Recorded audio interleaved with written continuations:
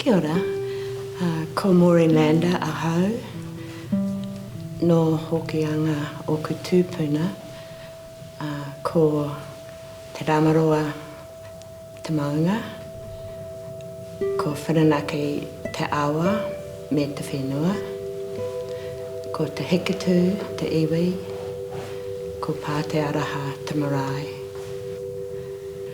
It wasn't until I went to Digger that I knew, yes, this is where I want to go. I want to be an artist using these materials. And the reason I wanted to was because I just felt a total affinity to the language of it, to the fact that it grows out of the same ground I do, and I could use it, create a symbolic language around it. It already has one, but I could push that, you know, into the areas where I wanted to discover who I was. So that's how I started. So just being around Digger and in that atmosphere, I started to really absorb a love of muka. And that's kind of was a starting point for me, because at Elam, I knew I didn't want to be a painter.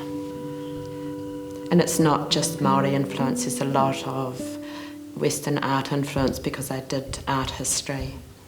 So I was very influenced by Marcel Duchamp and Christine Hillier. They were big influences.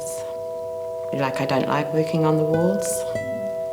I like to come off the wall and work between the ceiling and the floor, like between the sky and the earth. Say, well, if you can say where it comes from, if it's got a whakapapa, I know where it comes from. I can tell you a cloak it relates to, or a plant it relates to, concept it relates to, or just words. My feeling is if you relate to something strongly as an individual, then it becomes universal.